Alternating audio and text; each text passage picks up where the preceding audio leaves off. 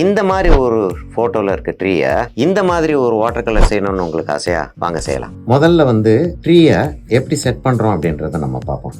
Tree மேலே போக போக தின்னாக்கிட்டே வரும். இப்படி ஒரு பிரான்ச் வந்தால் இங்கே பிரான்ச், மீதி எல்லாமே இப்படி ஸ்டாகர் ஆகி தான் வரும். அதை எப்பயுமே நோட்டீஸ் பண்ணிகிட்டே வரைஞ்சிக்கிட்டு வரணும்.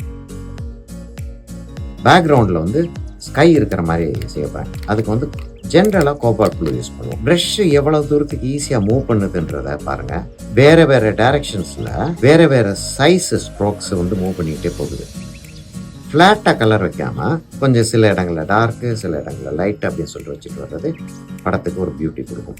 பர்ன்ட் சியனாக்கு போயிடுறோம் பிரான்ச் செய்யறதுக்கு.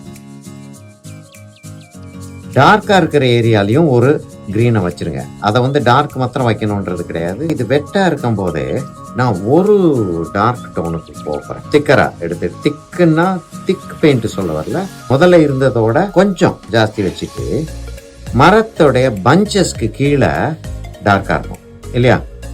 அங்கே தான் ஷேடோ இருக்குது, அதனால பஞ்சஸ்க்கு கீழே டார்க்காக இருக்கும்.